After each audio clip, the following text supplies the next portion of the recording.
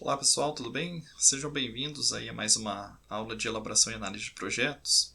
Na aula de hoje a gente vai falar sobre sistemas produtivos, né, e uma discussão a respeito aí de como que a gente deve incorporar nos estudos aí de viabilidade a questão do desenho do sistema produtivo, as escolhas tecnológicas e assim por diante. E de certa forma esse tema ele é complementar ao que a gente viu na aula anterior, que era o tema do estudo de engenharia. Tá? E também a gente vai ver que há relação com a questão do estudo do tamanho do empreendimento, né? Principalmente no que diz respeito à capacidade produtiva, já que está, né, de certa forma, relacionado de maneira direta com esse tema, e também com o que a gente vai ver na próxima aula, que é a questão do estudo de logística e também a definição da localização, seja da planta produtiva, né, ou da base aí de comércio, se for o caso, enfim, né, onde que vai estar localizado o empreendimento, a depender aí do tipo de atividade econômica que vai ser desempenhado. Bom, para a gente dar sequência a esse tema, a gente está voltando aqui para o livro do Casarotto Filho, e aí esse esquema que está apresentado nesse slide, ele mostra um interrelacionamento, né, dos estudos anteriores com o que a gente vai discutir na aula de hoje. Tá? Eu acho interessante a gente fazer essas vinculações até para a gente ter em mente que uma parte ela está relacionada e ela é dependente ou interdependente, né, com estudos anteriores. Em alguns casos vai ser necessário inclusive fazer determinados estudos de maneira paralela. Tá? Bom, a gente viu no início, né, principalmente a questão do estudo de mercado, as pesquisas de marketing, enfim, que vão prover as informações, né, que são necessárias para a gente definir a questão da capacidade produtiva a ser instalada e também, né, das escolhas tecnológicas que vão ser feitas em relação ao sistema produtivo. E também a própria definição da estratégia global, né, da organização ou das unidades estratégicas de negócio também vai determinar que tipo de sistema produtivo a gente vai adotar. Né? Se ele vai ser mais integralizado, se a gente vai trabalhar com uma rede de fornecedores, com sistemas de parcerias, enfim. Tá? Então, isso tudo tem a ver com a forma como a gente vai organizar a produção, principalmente quando a gente está falando de produtos industriais, né? Que vai ter um grau de complexidade maior. Então o foco da aula de hoje vai ser sobre essa parte desse esquema, que é o sistema produtivo, em que a gente vai falar sobre as estratégias de produção. Tamanho eu não vou abordar nessa aula, porque a gente teve uma aula específica sobre isso, mas também tem a ver, né, com o que a gente vai tratar na aula de hoje. A gente vai falar também sobre opção tecnológica e de fatores de produção, então aquela abordagem da microeconomia mesmo, né, capital, trabalho, né, os insumos de produção, enfim.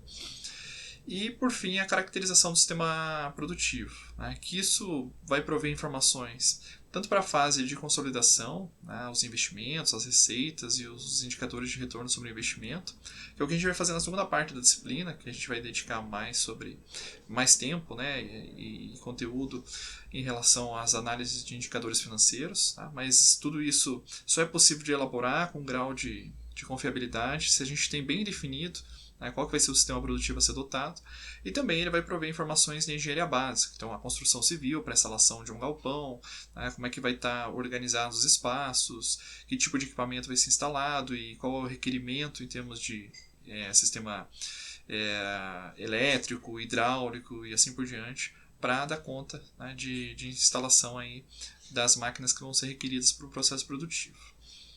Além disso, como eu mencionei, a gente tem uma inter-relação do estudo da logística, que vai ser fortemente dependente de qual que vai ser a estratégia de produção e das opções tecnológicas. E por outro lado, também a definição da localização, ela vai permitir a gente adotar algumas opções ou não, né, do ponto de vista tecnológico, para o processo produtivo. Então, de certa forma, essa definição do sistema produtivo, o estudo da localização e da própria logística, né, de armazenagem, de distribuição, da cadeia de suprimentos, vai estar muito relacionado aí com a definição que a gente faz no sistema produtivo. Então, é aqui que eu visualizo que esses dois estudos acabam tendo que ser feito de maneira paralela, né, e interativa, para que a gente possa ir definindo pouco a pouco, né, cada uma dessas informações relevantes para a gente conseguir bater o martelo no sistema produtivo ou nas opções, né, que são viáveis do ponto de vista técnico e econômico, para a gente poder fazer o estudo da viabilidade posteriormente.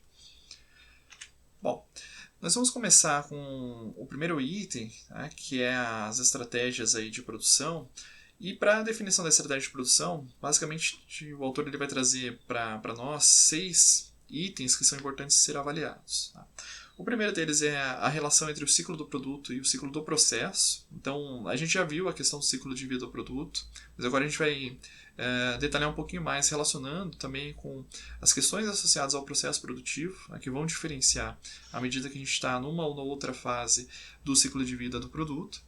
Também a gente vai falar um pouquinho sobre as tecnologias de produto e de processo, tá? Também um pouco vinculado com isso, no sentido de que a gente pode ter um foco mais orientado para um produto mais bem acabado ou um foco mais em processo, no sentido de reduzir custos unitários e melhorar, inclusive, a qualidade do produto, reduzir desperdícios, defeitos e assim por diante.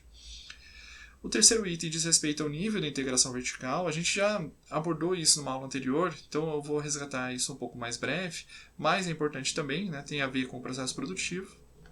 A questão dos investimentos, em produtos e processos, principalmente associado a investimentos inovativos, no sentido de estabelecer algum tipo de diferencial competitivo em relação às demais empresas. Então, isso também precisa ser definido quando a gente vai lançar um novo empreendimento, principalmente se for um empreendimento industrial.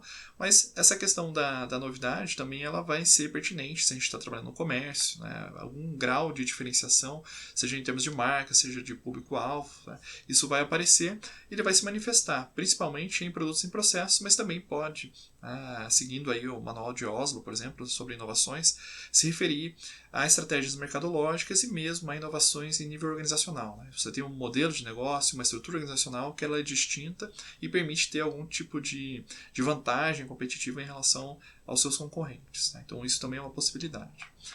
A política de recursos humanos também é fundamental, porque não só a questão da definição dos custos com mão de obra, que vai ser um produto dessa definição, mas também que tipo de competências vai ser requerido para o processo produtivo e como é que a empresa vai recrutar essas competências. E por fim a gente tem a questão do programa de qualidade, da programação da produção e do seu controle, que é um item importante, um item bastante específico da engenharia ou da gestão da produção, mas que é fundamental o seu estabelecimento ex ante, para que a gente possa também dimensionar aí os custos e os investimentos necessários. Inclusive aqueles que são relacionados com obrigações legais, por exemplo, tratamento de resíduos, questão de emissão de poluentes, ou seja, toda uma questão ambiental, trabalhista, e normas técnicas para produtos que são controlados por Inmetro e coisas do gênero. Então isso aqui é bastante importante também de ser definido durante esse estudo aí, e a definição da estratégia de produção. Bom, a gente vai começar com um esquema sobre o ciclo do produto e do processo. Eu achei esse gráfico bastante interessante porque ele mostra uma relação aqui entre as diferentes fases da vida de um produto. Lembrando que a gente tem lá a fase de lançamento, uma fase em que o produto ele se mostra bem aceito no mercado, então a gente tem uma expansão, um crescimento. Depois uma fase de maturação e, por fim, uma acomodação e declínio. Não necessariamente há um declínio, alguns produtos eles se mantêm, mas há outros que eles vão naturalmente tendo aí suas vendas caindo e sendo substituídos por outros produtos. Bom, aqui a gente tem alguns itens que estão associados aos produtos e aos processos produtivos, e a gente pode ver o seguinte. Em termos de variedade de produto, onde a gente vai ter maior diferenciação, ele tende a acontecer nas fases iniciais, por isso a gente tem uma seta apontando aqui para a esquerda. Então, no momento de lançamento e mesmo de crescimento, é onde há a oportunidade de a gente fazer produtos diferentes. E claro, à medida que esses produtos diferentes vão sendo colocados no mercado, haverá preferência por um ou por outro. Então, a partir do momento que a gente atinge a maturidade, já não há tanto espaço para a diferenciação do produto, porque o produto mais ou menos já é conhecido, consolidado na mente do consumidor, e aí o diferencial passa a ser a questão do preço, da sua qualidade, da minimização de defeitos e menos da sua diferenciação. Do ponto de vista da produção, ou do volume de produção, obviamente, à medida que a gente vai avançando aqui no tempo, os volumes vão aumentando, justamente porque o produto vai se massificando, ou seja, a gente vai tendo uma demanda cada vez maior, e o que importa é justamente essa escala de produção. O mesmo tende a acontecer com o tamanho da empresa. Ou seja, no lançamento de produtos inovadores, geralmente vai ter empresas de menor porte, lançando novidade no mercado, E à medida que esse produto vai se mostrando bem sucedido, ou pela própria empresa, ou por empresas concorrentes, ou por empresas parceiras que vão adquirindo o direito de comercialização, né, elas vão focando no processo produtivo para ampliar essa escala para acessar mercados internacionais, ou mesmo para atender uma demanda doméstica crescente. Tá? Bom, em termos de competição, a gente pode colocar algumas características, embora obviamente não vai ser uma regra para todo o setor de atividade, né, mas aqui é uma tendência, que na fase de lançamento, né, vai haver uma concorrência aqui por diferenciação de produtos. Depois, na fase de crescimento, vai depender da disponibilidade, ou seja, da conveniência, da disposição desses produtos para o consumidor final. Depois, a gente tem uma fase de maturação em que o foco vai ser preço e disponibilidade. Então, à medida que a gente vai distribuindo, fazendo com que esse produto chegue a um mercado consumidor mais amplo, e o preço ele vai passar a ser o diferencial competitivo. E já na fase de acomodação declínio, né, esse produto já se expandiu em todos os mercados, e aí o diferencial passa a ser realmente o preço desse produto. Tá? Bom, depois, né, a gente tem aqui o critério da continuidade do processo. Então, isso diz respeito assim, se o processo ele segue um sistema produtivo de fluxo contínuo. Né? Então, você tem lá uma produção quase que ininterrupta, né? para poucas coisas, para fazer inventário, para fazer manutenção. Ou você tem processos mais picados, né? Quando a gente faz, por exemplo, linhas de produtos diferentes, né? Mais personalizados, mais customizados ao gosto do cliente. Então, você tem processos que são menos contínuos. E a tendência é que, à medida que a gente avança no ciclo de vida do produto, que esses processos sejam mais contínuos. Tá? Então, no começo, que a gente vai estar lançando uma variedade de produtos maiores, né, para ver qual que vai ser mais bem aceito no mercado, a gente tem processos menos contínuos, porque a gente está produzindo em menos quantidades e maior variedade. Tá? Bom, com relação à inovação de processo, tá, a tendência é que essas inovações elas aconteçam principalmente nessa fase do crescimento, e maturação. Então você vê que no período do lançamento o foco é mais no produto e menos no processo produtivo, e à medida que esse produto vai se mostrando bem sucedido no mercado é que a gente vai aí focando os esforços de inovação para a melhoria dos processos produtivos, para reduzir custos, para reduzir defeitos e assim por diante. Tá?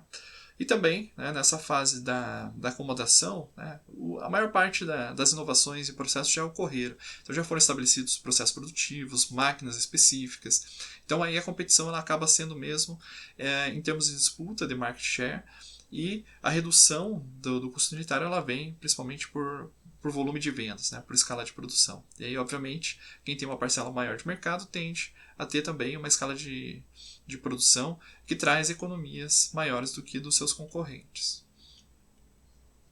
Bom, outro tema associado às estratégias de produção dizem respeito às tecnologias de produto e processo. Tá?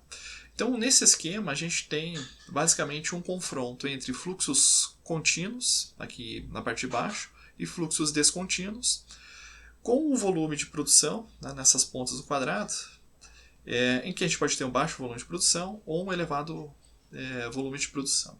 E geralmente a gente tem uma relação entre o fluxo descontínuo com baixo volume e um fluxo contínuo associado com um elevado volume. Né? Também, quando a gente trabalha com produtos que têm pouca padronização, dificilmente a gente consegue fazer um fluxo contínuo. Né? Então a gente tem que ter fluxos diferentes no processo produtivo para dar conta das diferenças dos produtos. Tá? E geralmente a gente vai estar trabalhando com produtos sob encomenda. Então pode ser produtos artesanais, pode ser máquinas, equipamentos específicos, tá? Que é para outras empresas. Pode ser um navio. Né? Então, enfim, a gente vai ter alguns tipos de produtos, né, que eles são feitos sob encomenda, uma aeronave, né, específico, por exemplo, e que ele vai ter um fluxo, né, de produção menos continuado do que, por exemplo, uma fabricação, uma montagem de automóvel em linha, ou mesmo em vasos de cerveja numa linha de produção, né, que é uma coisa mais padronizada, e que vai levar a gente a ter, né, um volume de produção mais elevado, e o foco vai estar na produção de produtos, né, a custos mais baixos, para que isso possa se refletir em preços. E aqui no meio desse retângulo, né, a gente tem alguns exemplos de produtos, né, que vão estar associados com fluxos mais contínuos ou menos contínuos. Né. Então aqui, por exemplo, a gente tem equipamentos pesados, então bens de capital, né, eles podem ser feitos sob encomenda para atender as especificidades, né, de uma empresa industrial, por exemplo. Então a tendência é que o fluxo seja menos contínuo, né, e a gente vai ter um baixo volume, mas são produtos de alto valor agregado, tem baixa padronização e geralmente vai ser feito sob encomenda. Tá?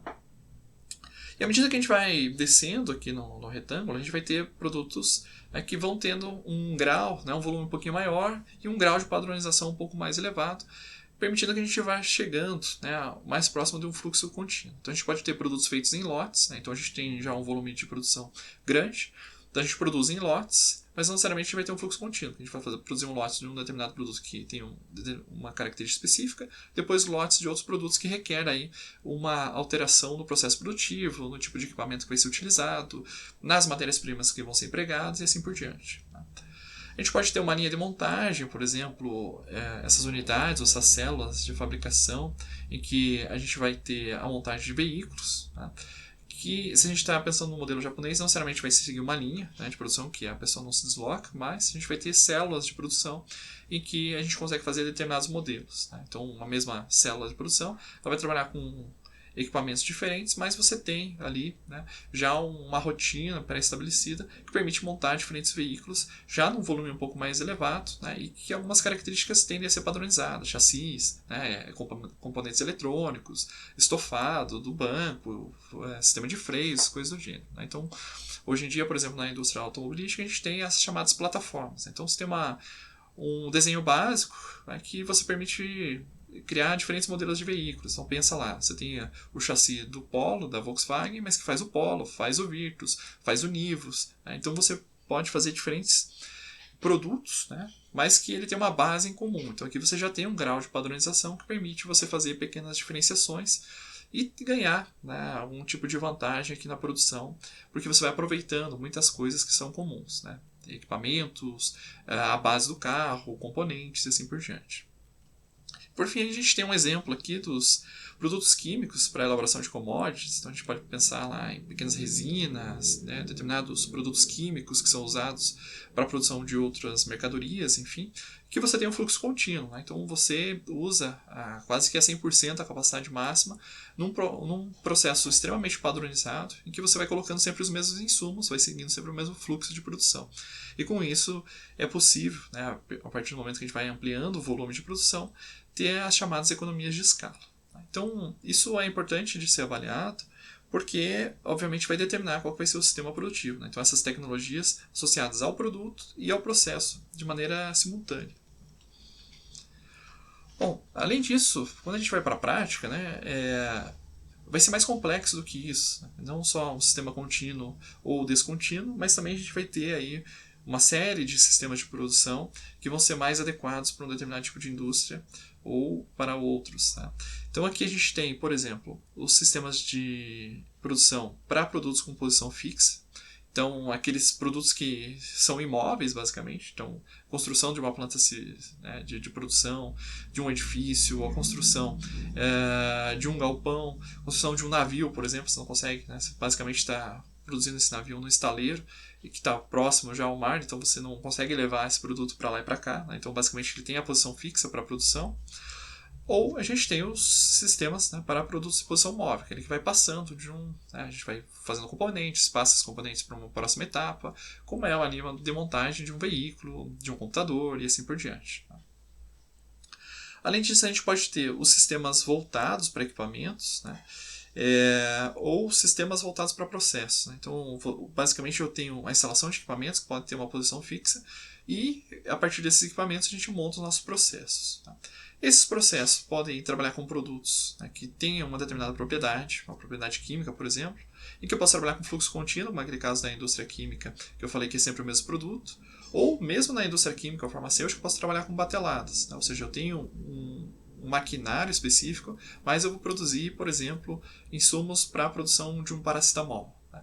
Ok, então eu faço uma batelada, né, uma produção de 2, 3 dias seguidos, e aí eu tenho um determinado estoque, e esse estoque vai ser utilizado para a produção do medicamento. E depois eu posso fazer, né, para a produção de uma aspirina, uma dipirona, usando o mesmo sistema produtivo, mas eu vou produzir uma outra quantidade. Né? Então esse é o chamado sistema de produção por bateladas. Por outro lado, eu posso ter também, né, os produtos que trabalham com formas. Então, vão ter requisitos específicos de ergonomia, né, de características específicas, como celular, um modelo que vai ter um design, outro modelo que vai ter outro, e assim por diante. E aqui eu posso ter um grau mais artesanal, vamos dizer assim, de oficina, né, que eu tenho lá um conjunto de equipamentos, mas eu vou produzindo cada produto de maneira separada. Ou posso ter células flexíveis, que eu tenho já um grau de organização da produção, em que eu vou passando os componentes, os insumos de uma célula para outra, e aí eu vou chegando ao produto final. Ou eu posso ter os sistemas rígidos, como por exemplo o envase aí de cervejas em garrafas de vidro, ou mesmo em latas. Então eu tenho já uma estrutura de maquinário rígida, uma linha de produção organizada, em que os produtos são altamente padronizados, e o sistema é rígido. Então só vai envasar cerveja naquela linha, só vai envasar latas naquela outra linha. E assim por diante. Então, também eu posso ter essa forma, que, vamos dizer assim, é a mais tradicional, pelo menos aquela que está mais próxima daquela concepção da administração científica, ou eu posso ter outras mais flexíveis que permitem eu produzir diferentes produtos. Então, tudo depende da natureza do produto que eu estou ofertando, e o processo produtivo mais adequado, ele vai se ajustar justamente com a necessidade e a estratégia que a empresa vai definir. Se é a diferenciação de produtos, trabalhar com uma variedade de produtos diferentes, aproveitando o mesmo processo produtivo, ou se ela vai apostar na escala, diferenciação ou liderança em custo, em que quanto mais padronizado e contínuo for o fluxo de produção, menor tende a ser aí os custos unitários e, consequentemente, ela consegue concorrer em preços. Bom, um outro elemento da estratégia de produção diz respeito aí ao nível de integração. Então aqui eu resgatei de uma aula anterior alguns conceitos para a gente pensar que basicamente é o nível de integração, a integração vertical, diz respeito ao conjunto de atividades que vai ser incorporado pela empresa e aquilo que ela vai delegar para outros fornecedores. Então, tudo isso vai depender de como que vai ser o processo produtivo e também do estudo, como a gente já viu em aulas anteriores, da cadeia de fornecedores, para avaliar o que vai ser o foco aí da produção da empresa. Então, no que ela vai se especializar e vai ser, vamos dizer assim, a sua competência central e aquilo que ela vai terceirizar. E mesmo quando ela vai terceirizar, ela pode ter algum tipo de parceria, no sentido de, na mesma planta produtiva, trazer um fornecedor para trabalhar de maneira cooperativa, se se tratam de sistemas mais complexos de produção, que requer, por exemplo, um sistema de produção just-in-time, que a gente vai trabalhar sob encomenda, ou se são produtos padronizados que não requer essa parceria mais próxima, por exemplo, parafusos, pregos, coisas do gênero, que basta fazer aí um cadastro de fornecedores e sempre ir adquirindo daquele que atenda os requisitos técnicos de qualidade e também ofereça os melhores preços. Então, esse nível de integração diz respeito a quais atividades a empresa vai desenvolver internamente e quais atividades ela vai adquirir do mercado. E aí, claro, é preciso separar aquilo que são produtos commodities, que não requer aí um monitoramento muito próximo dos fornecedores, e aqueles que requerem algum tipo de parceria. Bom, o terceiro item, esse já é o quarto item, diz respeito aí à inovação em produto e processo, ou investimentos em produto e processo, e aqui a gente tem um esquema bastante interessante que também faz uma relação entre a taxa de inovação, seja a inovação do produto ou a inovação do processo produtivo, e a maturidade do produto ao longo do seu ciclo de vida. Então a gente pode ver o seguinte, bom, a gente tem nas fases iniciais uma menor importância das inovações do processo produtivo e mais adiante a inovação do processo produtivo ela ganha relevância à medida que o produto já é consolidado, e aí a inovação de processo ela diz respeito tanto à redução dos custos de produção para aumento de produtividade, como para a redução de gastos, defeitos e coisas do gênero. Por outro lado, na fase inicial a gente tem uma taxa de inovação em produto, então melhorias no seu aspecto, na sua qualidade, na sua utilidade, enfim, maior do que no período de maturidade.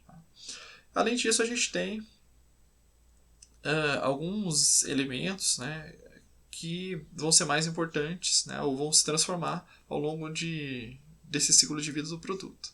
Com relação à competição, esse performance aqui diz respeito ao desempenho do produto, ou a sua utilidade percebida pelos consumidores. Então aqui, nas fases iniciais, ela vai ser mais importante, essas características do produto ou do serviço, enquanto que no período da maturidade, o foco aqui da competição vai ser a minimização dos custos. A inovação ela vai ser muito orientada para o usuário desse produto, nas fases iniciais, e na fase de maturidade, ela vai ser mais orientada para a diminuição do custo da sua produção. O número de produtos tende a ser mais diversificado no início, tá? E pouco diversificado na fase de maturidade e mais padronizado. O processo produtivo tende a ser mais flexível no início e depois ele vai focar na sua eficiência, mas consequentemente ele tende a ser mais rígido, ou seja, quanto mais padronizado, tá? E mais rígido for esse processo, a gente consegue trabalhar com a alta escala de produção e fazer com que os custos diminuam. Em relação aos equipamentos, né, no início eles vão ser de propósito geral, então vão ser equipamentos que permitem produzir um ou outro produto, tá? Então de maneira mais ampla e flexível, enquanto que na maturidade vão ser bastante dedicados e específicos, né, para a produção de produtos padronizados. E como a gente já mencionou, a escala tende a ser menor nas fases iniciais e ela tende a ser grande nas fases de maturidade, né? Ou seja, aqui a gente tem que visualizar também se no mercado que a gente está entrando, né, trata-se de um produto que já está numa fase de maturidade ou não, para a gente desenhar a própria estratégia, tanto comercial como de produção. Tá? Então, se é um mercado em que os produtos ainda não estão consolidados, há margem para inovação de produtos, então a gente pode trabalhar com uma escala menor. Agora, se é um produto já padronizado, então para ganhar competitividade nesse mercado, necessariamente vai ter que pensar em uma estratégia de conquista de mercado para trabalhar com um volume de produção alto para concorrer em preços. Né? Então talvez seja inevitável essa concorrência em preços, mas isso só vai ser possível se a gente tem uma escala de produção suficiente para a redução dos custos unitários de produção. Bom, a gente tem mais um elemento aqui que diz respeito às políticas de recursos humanos, que basicamente envolve 3 dimensões aqui.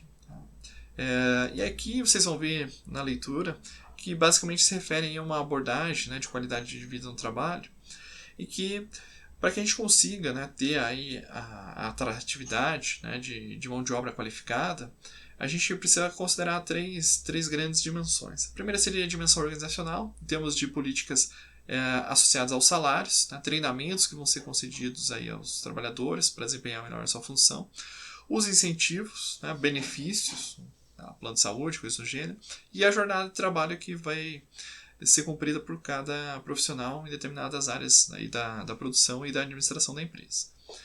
Há também as questões ambientais, que dizem respeito às condições físicas de trabalho, aos equipamentos de segurança que vão ser fornecidos, enfim, a acessibilidade até o local de trabalho, e a questão da atualização tecnológica em termos, tá, das ferramentas que vão ser colocadas à disposição, tanto na planta produtiva como na parte administrativa, para desempenho das suas atividades. E também tem um terceiro elemento, que seria a questão comportamental, que vai ser basicamente a política, né, de gestão aí dos recursos humanos em relação ao desempenho das suas atividades. Né? Qual que vai ser o grau de autonomia, a responsabilidade de cada um, participação nas decisões, qual que vai ser o ambiente de relacionamento visado, né? Se é uma empresa nova, isso precisa ser desenvolvido. Se é uma organização já estabelecida, basicamente, né, tentar reproduzir aquilo que a empresa já possui. Tá? Então, esses elementos, a gente vai ver mais adiante, né, eles são fundamentais no sentido de estabelecer quais são, né, os perfis de profissionais que a empresa precisa, né, do ponto de vista da produção, como que a empresa vai atrair esses profissionais e quanto vai custar a manutenção desses profissionais. Então, obviamente, quando a gente fala de produtos de maior grau de complexidade na sua produção e no seu desenho, a gente vai precisar de profissionais mais bem qualificados. Então, esses elementos, né, além de salário e outros tipos de incentivos, né, não, às vezes mais subjetivos, como o caso de relacionamento, ambiente de trabalho, enfim, vão ser fundamentais, tá, para o sucesso aí do negócio. Bom, por fim, a gente tem o sexto e último elemento, que diz respeito aí à qualidade, programa e controle.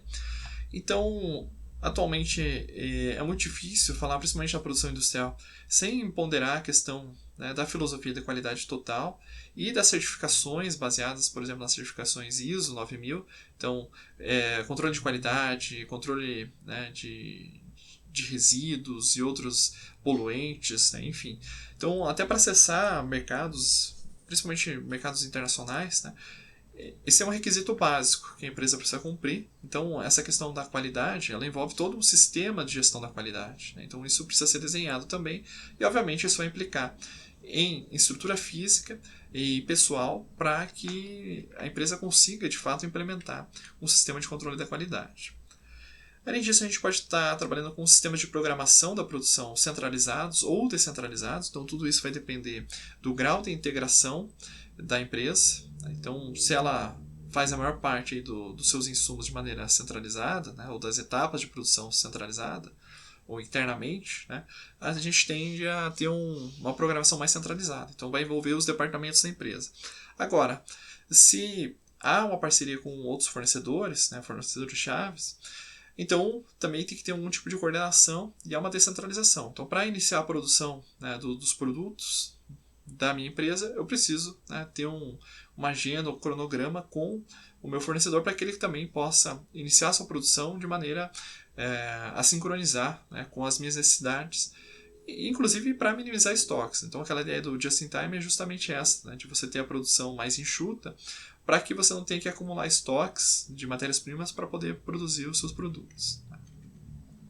Além disso, né, ela pode trabalhar com um sistema em que a sua produção vai empurrando, né, um estoque e as vendas, ou um sistema de produção que vai demandar. Né? Então, quando a gente tem um sistema mais descentralizado, a tendência é que a gente tenha essa demanda. Ou seja, para que eu possa começar a minha produção, né, os meus fornecedores têm que iniciar a produção deles antes. Então, eu vou demandando, eu vou puxando a produção das matérias-primas, dos insumos, componentes e peças, para poder começar a minha produção. Por outro lado, né, eu posso ter um tipo de produção que parte da decisão própria da empresa, e aí ela começa a sua produção e ela vai estocando para fazer a comercialização à medida que vá havendo os pedidos, né, ou vá havendo demanda. Então, algumas empresas, por exemplo, produtores de cerveja, refrigerantes, etc., tendem a produzir, né, uma escala maior nos meses de outubro, novembro, dezembro, justamente para atender uma demanda posterior, que é bastante sazonal, que é das festas de fim de ano, janeiro, né, o período de férias e mesmo carnaval. Ou seja, então elas começam a acumular estoques justamente para ter o produto disponível quando houver esse aumento da demanda sazonal. Então, basicamente seria um sistema de empurrar, né, e não um sistema em que a sua produção puxa dos demais. Bom, aqui a gente tem ainda, voltando àquelas caixinhas que eu coloquei no final, no que diz respeito ao sistema produtivo, a questão da opção tecnológica e dos fatores de produção. Então aqui eu vou resumir para o vídeo não ficar muito longo, né, nesse esquema que aparece lá no livro, em que basicamente a tecnologia, né, ela vai ter aí uma relação com o produto, com fatores de produção e outros requisitos. Então a gente pode ver o seguinte, bom, o que se quer, que está colocado aqui, né, que vai ser a característica do produto ou dos produtos que vão ser produzidos industrialmente ou serviços prestados pela empresa, né, ela vai basicamente ser definida a estratégia de mercado, produto e processo, né, normas e qualidades, características para transportes e índices técnicos de produtividade. Então, cada tecnologia ela vai permitir a gente alcançar algumas dessas características que são definidas. Então, a análise da tecnologia ela justamente envolve, né, avaliar do ponto de vista técnico qual das tecnologias de produção disponíveis são mais adequadas para atingir essas características do produto. Tá? Além disso, né, a partir dessa definição, a gente vai ver o que a gente necessita, né, para a sua produção. Então, cada conjunto de equipamentos, de fluxos e processos produtivos, né, vai consumir determinadas matérias-primas, mão de obra, água, energia, combustíveis, e vai demandar um determinado investimento, né, tanto na estrutura física como nesses equipamentos e materiais auxiliares. E por fim, né, a gente pode ter outros requisitos em que a tecnologia ela vai ser importante, que é a questão da produção ambiental, qual é a escala, né, qual é o risco associado a cada uma das opções tecnológicas. E geralmente essa definição da tecnologia, quando é possível, né, principalmente para um novo empreendimento, o que as empresas fazem é justamente uma estratégia de benchmark, que basicamente é uma espécie de cópia, né, ver quais são as melhores práticas do mercado para tentar implementar algo parecido. Claro que quando a gente vai colocar um empreendimento em que nosso produto vai concorrer diretamente com as empresas já estabelecidas, é muito difícil que a empresa nos receba para mostrar como é que é o seu processo produtivo. Então, esse processo de benchmark tende a acontecer com empresas, né, que não são nossas concorrentes, que estão atuando em mercados parecidos, mas que têm um sistema produtivo que é muito próximo àquele que a gente está querendo adotar, ou com empresas que atuam em outros mercados, né, por exemplo, no exterior, e que não vai ser o nosso concorrente direto. Então, isso também pode ser um caminho para a gente conhecer um pouco mais as características do processo produtivo e das alternativas tecnológicas para definir qual é a mais adequada para o projeto que a gente está elaborando. Bom, por fim, né, eu acho que essa é a parte talvez mais importante, né, o produto final desse estudo, né, do sistema produtivo, é a sua caracterização.